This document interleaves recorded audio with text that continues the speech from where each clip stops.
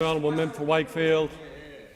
Well, this budget, Deputy Speaker, is an assault on rural and regional Australia, and no better demonstration of this is the GP tax. A $7 tax every time you enter into the doctor's waiting room. It's a tax every time you get a blood test, every time you get a scan. But of course, it affects rural and regional places, communities in a far more relevant way, I guess, a far more pertinent way, a far more vicious way.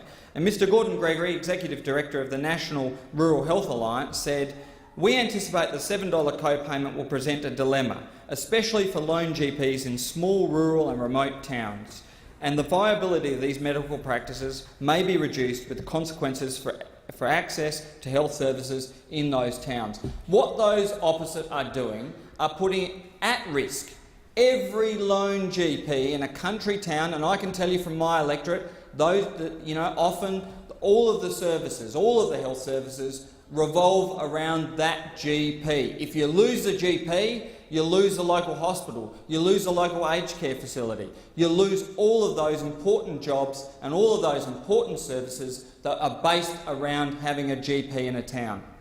And you get people leaving that town because of that. So a GP is a lifeblood of a rural community, and those opposite, with their $7 cascading GP tax, their tax on blood tests, their tax on scans, they're putting it all The honourable member's risk. time has expired.